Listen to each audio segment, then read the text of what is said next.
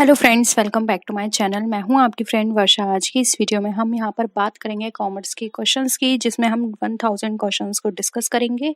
Daily इसमें हम 25 questions लेते हैं। तो स्टार्ट करते हैं वीडियो को।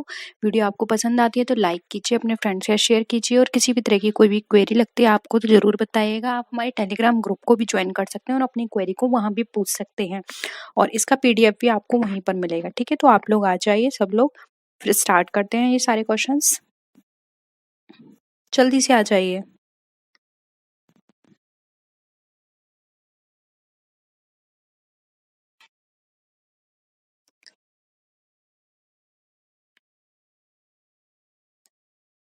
देखिए, यहाँ पर क्वेश्चन है, under capital gains head of the income tax act the income from the sale of household furniture is taxable income, capital income, revenue gain sorry, और एग्जेम्प्टेड इनकम। बताइए। यानी कि कैपिटल गेन हेड में income tax act के जो capital gain है उसमें जो हमारी इनकम होती है, वो हमारी हाउस होल्ड को, अगर हम हाउस होल्ड फर्नीचर को सेल करते हैं तो वो क्या होगी, टैक्सेबल इनकम कही जाएगी, कैपिटल गेन, रेवेन्यू गेन, या फिर एग्जेम्प्टेड गेन। बताइए। ये एग्जेम्प्टेड इनकम।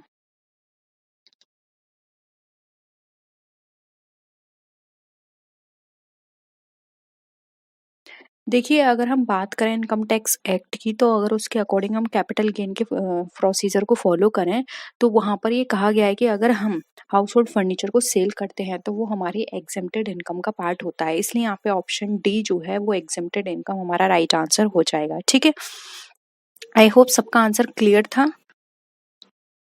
नेक्स्ट देखिए question, under section 80E of the income tax act 1961, 80E हमारी एजुकेशन से रिलेटेड है, एजुकेशन लोन से। देखिए, respect of payment of interest on the loan taken for higher education shall be allowed up to 10,000, 15, 20 या without any limit. यानी कि 80E के अंदर जब हमारा हम लोन लेते हैं हायर एजुकेशन के लिए, तो उसमें जो इंटरेस्ट है वो हमारी, उसकी लिमिट कितनी है, 10,000 तक हमारे लिए फ्री है, और 15,000 तक, 20,000 तक, या फिर हमारे लिए विदाउट एनी लिमिट। बताइए। कटौती हमारे लिए, यानी कि जिसको हम डिडक्शन बोलते हैं, वो कितनी अलाउ है। आपने इनकम टैक्स में ये पढ़ी होंगी सारे डिडक्शंस। 80 हमारी इंटरेस्ट से रिलेटेड है, loan taking from for higher education. देखिए, राइट आंसर हो जाएगा without any limit, D option यहाँ पे करेक्ट है। नेक्स्ट है, direct supervision over depositories and mutual funds is undertaken by NBFCs, RBI, SEBI, या फिर ऑल ऑफ द अबव। यानी कि डायरेक्ट डिपॉजिटरी और म्यूचुअल फंड पर जो डायरेक्ट सुपरविजन है वो किसके द्वारा किया जाता है, यानी कि नियंत्रण, देख रेख।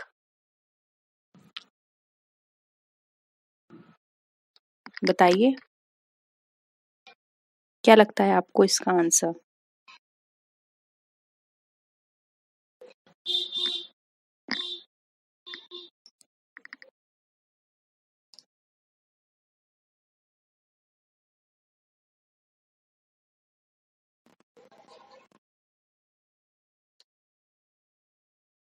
जल्दी से आंसर करिए।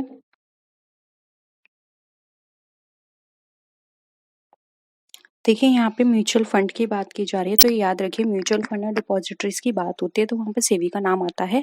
ऑप्शन सी यहाँ पे हमारा क्या हो जाएगा, करेक्ट हो जाएगा। नेक्स्ट क्वेश्चन देखिए, in the call notice money market which of the following participants is allowed of to trade, all banks, primary dealers and mutual funds, all corporates, only commercial banks, या फिर all of the above.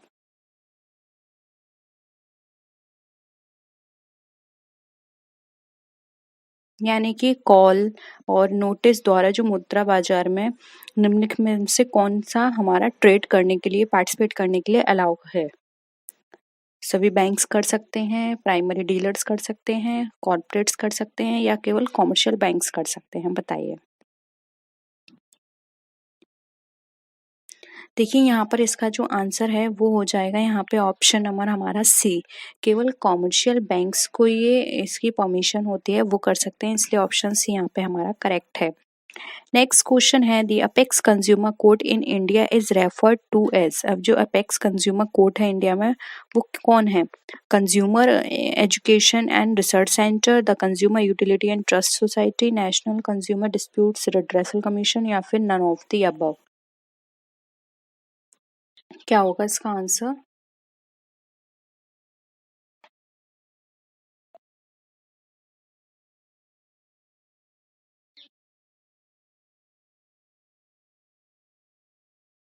देखिए, consumer court की apex body की बात करें तो वो हमारा national consumer dispute redressal commission होता है।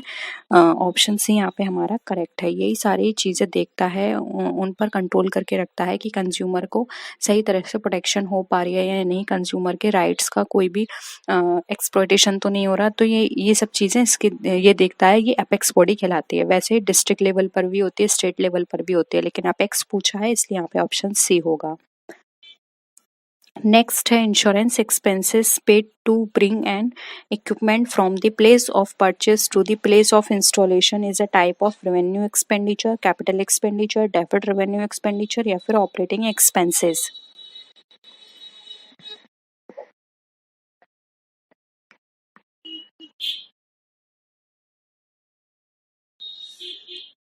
बताइए क्या होगा आंसर?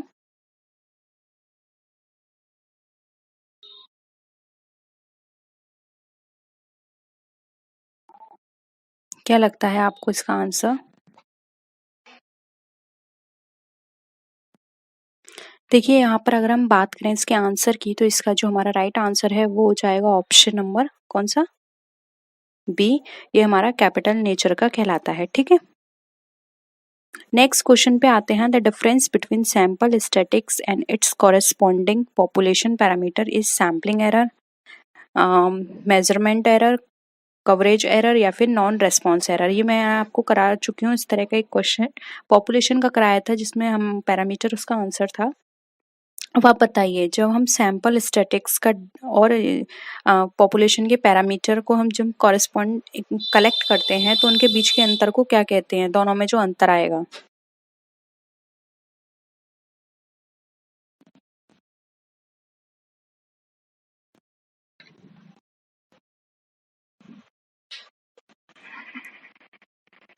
देखिए, राइट आंसर हो जाएगा ए, सैम्पलिंग एरर। बिल्कुल सही है, क्योंकि देखिए यहाँ पर हम सैंपल स्टैटिक्स की बात कर रहे हैं तो ये अ, एक स्मॉल लेवल पे बात की जा रही है और पॉपुलेशन पैरामीटर एक लार्ज लेवल पे होता है। तो दोनों में क्या है? सैंपल एरर है, क्योंकि इसका सैंपल बहुत कम होगा और इसका सैंपल ओवरऑल बहुत ज़्यादा होगा हमारे पॉपुलेशन का, इसलिए सैम्पलिंग एरर ये कह अंतर जो होगा सैम्पलिंग एरर कहलाएगा। ऑप्शन ए हमारा करेक्ट है। नेक्स्ट है the general pattern of behaviour shared beliefs and values that members have in common is known as. यानी कि किसी के भी बिहेवियर में का जो भी जनरल पैटर्न है की बात करें, बिलीफ की बात करें, उसकी प्राइस की बात करें या वैल्यू की बात करें, तो वो जो दो सदस्यों में जो समान होता है उसको हम क्या बोलते हैं? Organisational climate, organisational culture, organisational effectiveness या फिर ऑर्गेनाइजेशनल मैट्रिक्स।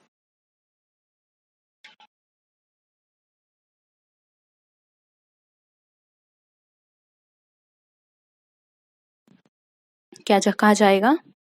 यस, ये कहा जाएगा हमारा ऑर्गेनाइजेशनल कल्चर। ठीक है, नेक्स्ट है which of the following is not a principle of management according to Henry fuel.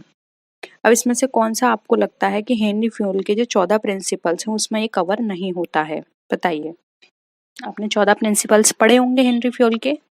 बहुत ही सिंपल क्वेश्चन दिया है ये। अगर इस तरह के क्वेश्चंस आते हैं तो आप इजिली आपको करना पड़ेगा।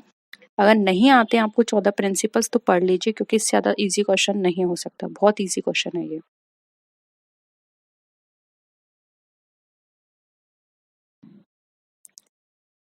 क्या होगा? देखिए, यूनिटी ऑफ मेजर किसी भी तरह का कोई प्रिंसिपल नहीं है हेनरी फ्यूल का, जबकि ये यूनिटी की बात करते हैं, unity of direction, esprit de corps की बात करते हैं, सबऑर्डिनेशन की बात करते हैं, subordination of individual interest over the organisational interest. ठीक है, लेकिन इन्होंने यूनिटी ऑफ मैनेजर की बात नहीं कही है, ये इनके 14 प्रिंसिपल्स नहीं है। ठीक है, तो ऑप्शन यहाँ पे सी हो जाएगा। ठीक है,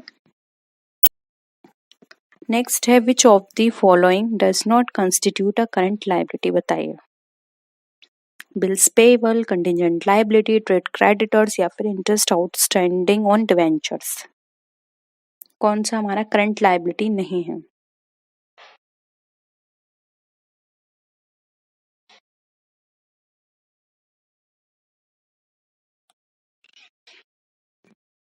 देखिए ये आपने पढ़ा है करंट लायबिलिटी में, ये पढ़ा है, ये पढ़ा है, तो ये तीन कट गए, क्या बचा बी। तो ये हमारा पार्ट नहीं है क्योंकि ये कंटिजेंट लायबिलिटी जो है वो एक तरह से लायबिलिटी नहीं होती है, ठीक है।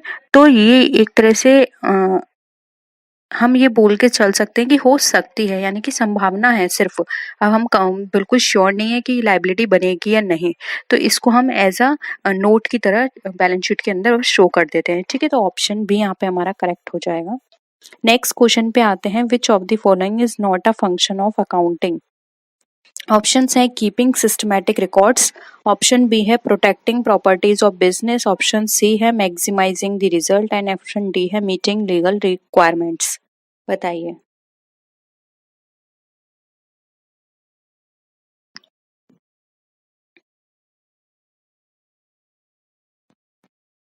नॉट पूछा है आपसे, देखिए यहाँ पे सी हो जाएगा मैक्सिमाइजिंग रिजल्ट, ये इनका काम नहीं होता है। मैक्सिमाइजिंग रिजल्ट तो ओवरऑल कंपनी पे डिपेंड करता है, ये अकाउंटिंग का पार्ट नहीं है। मैक्सिमाइजिंग रिजल्ट करना प्रोडक्शन का पार्ट है। इनका काम होता है रिकॉर्ड्स को रखना, उनको प्रोटेक्ट करके रखना और जो भी लीगल रिक्वायरमेंट्स हैं उनके अकॉर्डिंग काम करना, ठीक है। तो ऑप्शन सी यहाँ पे करेक्ट था। नेक्स्ट है goods withdrawn by the proprietor from business for its personal use will be credited to. बताइए। Sales account, purchase account, suppliers account या फिर स्टॉक अकाउंट।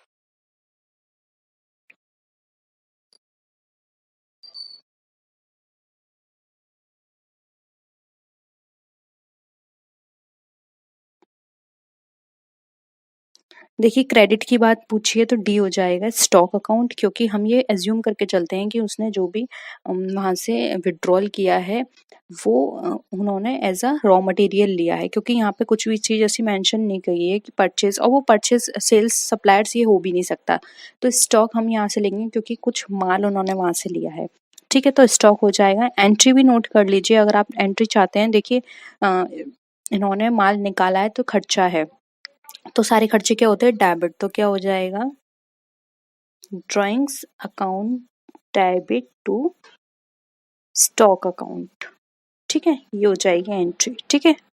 नेक्स्ट है the first accounting standard issued by the accounting standard board of India relates to. अब first कौन सा था? Valuation of inventories, depreciation accounting, disclosure of accounting policies या फिर revenue recognition. बताइए।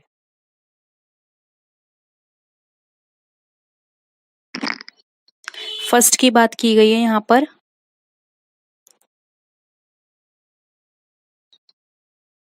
देखिए राइट हो जाएगा यहाँ पे ऑप्शन ए, सॉरी सी, जो कि है डिस्क्लोजर ऑफ अकाउंटिंग पॉलिसी, ये फर्स्ट है हमारा, ठीक है। और इन्वेंट्री, डेप्रिसिएशन, रेवेन्यू रिकॉग्निशन आप बताइए। रेवेन्यू रिकॉग्निशन हमारा 9 है, इन्वेंट्री हमारा 2 है, डेप्रिसिएशन बताइए आप, ठीक है। तो ये है हमारा यहाँ पे फर्स्ट, इसका आंसर सी फर्स्ट हमारा बताया गया था, disclosure of accounting policies. Next question देखिए, accounting in modern age is regarded as the art of recording, classifying and summarizing the business transactions in monetary units. Second है हमारा the language of business. Third है the source of business information and D है हमारा all of the above. अगर हम modern age में बात करें तो अकाउंटिंग हमें क्या बताता है या उसका मीनिंग क्या निकाल सकते हैं हम?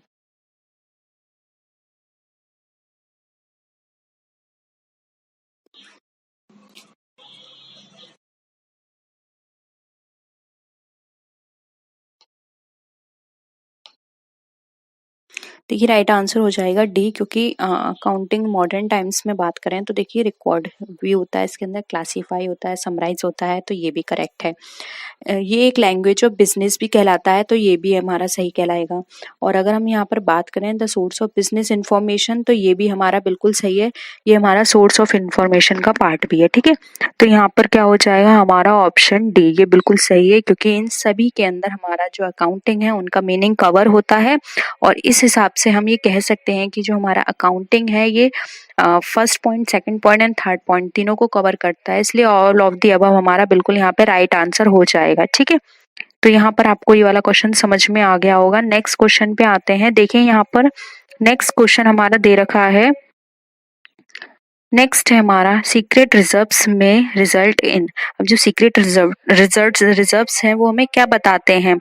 Premium on issue of shares, profit prior to incorporation, dividend equalisation reserve, या फोर्थ है हमारा reserve created of profit on the sale of fixed. बताइए जो सीक्रेट रिजर्व है वो हमारा किससे निकलता है? हम इसमें से क्या चीज करेंगे कि हमारा सीक्रेट रिजर्व बनेगा? बताइए।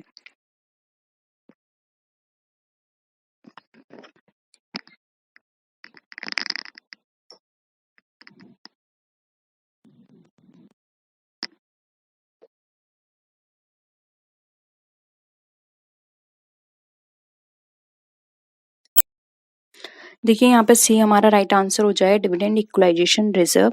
डिविडेंड इक्वलाइजेशन रिजर्व जो होता है एक तरह से ये हमारा हम इसको पूंजीगत संचय ना मान के आयगत संचय मानते हैं, क्योंकि इसके अंदर ये बताया गया है कि इसमें जो भी हम अमाउंट डालते हैं एज अ रिजर्व, हम इसमें इन्वेस्ट करते हैं या फंड हम इसमें डालते हैं वो हमारा हम उसको सिर्फ हमारी जो डिविडेंड है उसकी रेट को फिक्स करने के लिए करते हैं कि ऐसा ना हो किसी ईयर हमें लॉस हो और हम उस साल ना दे पाए डिविडेंड। तो इससे क्या होगा, हमारा इन्वेस्टर के माइंड में हमारी इमेज गिर जाएगी। तो उसको बनाने के लिए सिर्फ हम ये रिजर्व रखते हैं, लेकिन जरूरी नहीं है कि रिजर्व यूज भी हो। तो एक तरह से सीक्रेट रिजर्व का ये काम करता है। ठीक है, नेक्स्ट है यहाँ पे net worth of a business means. अब नेट वर्थ आपको बताना है, इक्विटी कैपिटल होता है, टोटल असेट्स होता है, fix assets minus current assets होता है, या फिर total assets minus total external liabilities होता है। बताइए, नेट वर्थ की बात की जा रही है।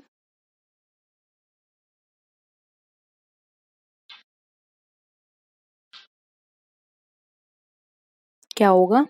देखिए डी यहाँ पे राइट आंसर हो जाएगा, total assets minus total external liabilities. ठीक है,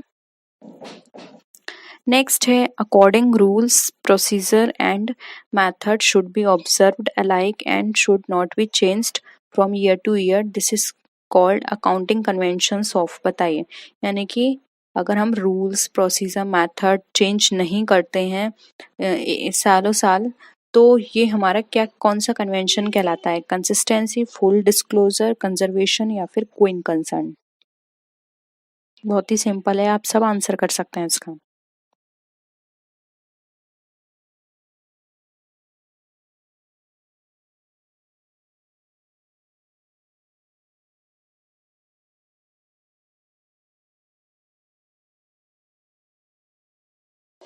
क्या हो जाएगा?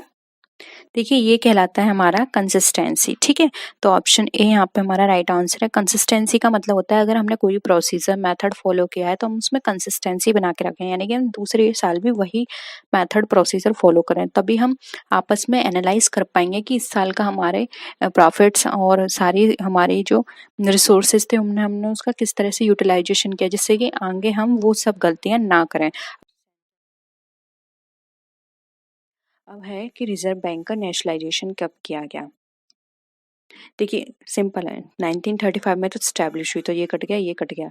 नेशनलाइजेशन इसके बाद ही हुआ होगा, तो ऑप्शन बी हो जाएगा, ऑन 1 जनवरी 1949। ठीक है, अब आपको बताना है एक ऐसा पर्सन जो कि प्रॉमिस कर रहा है कॉम्पनसेट करने के लिए लॉस को, तो उसको हम क्या बोलेंगे?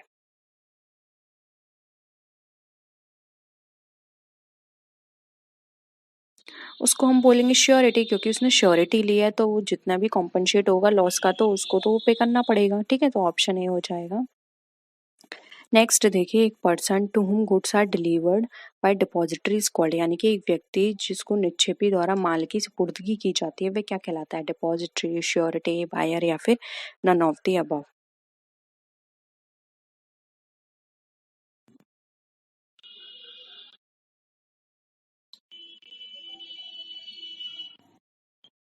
राइट आंसर हो जाएगा श्योरिटी, इसको भी हम श्योरिटी ही बोलेंगे। ठीक है, नेक्स्ट है which of the following is the agent who guarantees the recovery of the full amount of the credit sales made by him, यानी कि आपको ये बताना है कि वो ऐसा कौन सा एजेंट है जो गारंटी देता है कि अगर किसी भी तरह की क्रेडिट में कोई भी लॉस होता है सेल करते समय, तो वहाँ पर वो क्या करेगा, रिकवरी करवाएगा। यानी कि अगर कहीं भी लगता है कि उसको पैसा नहीं मिलेगा तो ये उसकी पूरी रिकवरी करवाएगा। सब agent, hardwood agent, main agent या फिर none of the above.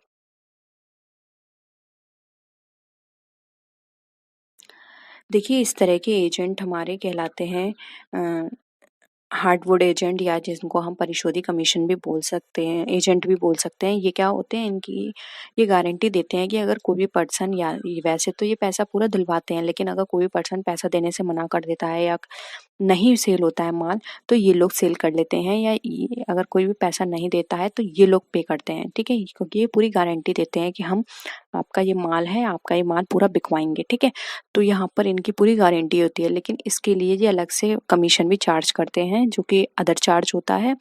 Commission charge के साथ एक अदर चार्ज जो इस काम के लिए किया जाता है, गारंटी के लिए। ठीक है, तो ऑप्शन बी क्या हो जाएगा, राइट आंसर हो जाएगा।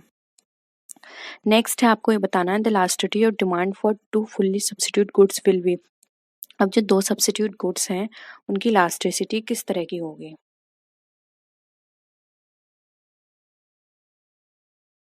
सिंपल है, वेरी हाई होगी, क्योंकि यहाँ पर देखिए फुल्ली सब्स्टिट्यूट है।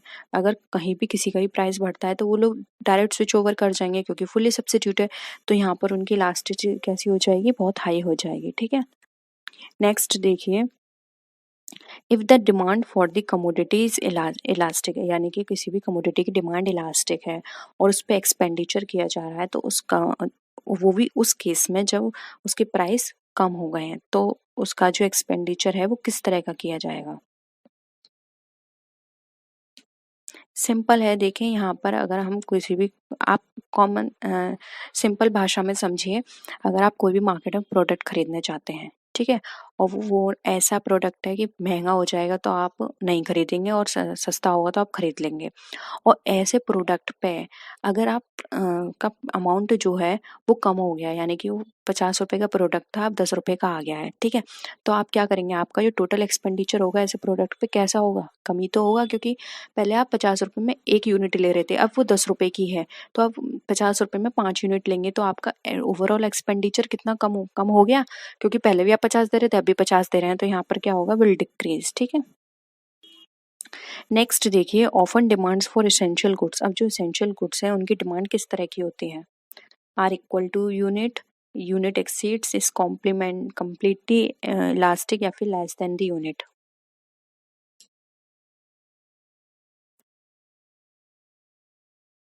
देखिए जो भी हमारे एसेंशियल गुड्स होते हैं जिनका हमें कोई फ़र्क नहीं पड़ता कि प्राइस कैसा जा रहा है, ऐसे ही कि हमारी जो डिमांड होती है वो लेस देन डी यूनिट होती है। ठीक है, तो ऑप्शन सी हमारा राइट आंसर हो जाएगा। नेक्स्ट है इन income the demand of inferior goods, यानी कि हमें इनकम के बेसिस पे बताना, आपने पढ़े थे ना income method, price method, supply, advertisement method, तो उन मेथड के अकॉर्डिंग आपको एक इनकम दी हुई है, यानी कि एक इंफीरियर गुड जो है उसकी डिमांड कैसी होगी अगर इनकम हमारी यहाँ पर होती है, बढ़ती है या घटती है, तो कैसा रिलेशन होगा उसका। देखिए यहाँ पर ऑप्शन बी हो जाएगा, नेगेटिव रिलेशन होगा, क्योंकि आप खुद सोचिए कोई इंफीरियर गुड है, ठीक है, आप वो से परचेस करते हैं, लेकिन आपकी जो इनकम है वो अब बढ़ गई है, तो आप इंफीरियर गुड को क्या करेंगे, कम कर देंगे खरीदना, और आप सुपीरियर गुड पे मूव कर जाएंगे। लेकिन अगर आपकी इनकम कम हो गई है तो आप इंफीरियर गुड को ज़्यादा खरीदेंगे और सुपीरियर गुड कम खरीदेंगे, या फिर हो सकता है ना ही खरीदें। तो क्या हो गया, नेगेटिव रिलेशन हो गया, जब इनकम बढ़ेगी तो इंफीरियर गुड कम हो जाएगा, और जब इनकम घटेगी तो इंफीरियर गुड की डिमांड बढ़ जाएगी। ठीक है, तो ऑप्शन बी यहाँ पे क्या हो जाएगा, आपका राइट आंसर हो जाएगा। तो होप यहाँ पर आज आपको ये सारे क्वेश्चंस क्लियर हैं, कोई भी क्वेश्चन में डाउट लगता है पूछ लीजिएगा। ठीक है, तो नेक्स्ट वीडियो में हम यहाँ पे आपसे मिलते हैं और भी क्वेश्चंस के साथ, तब तक के लिए टेक केयर, बाय बाय।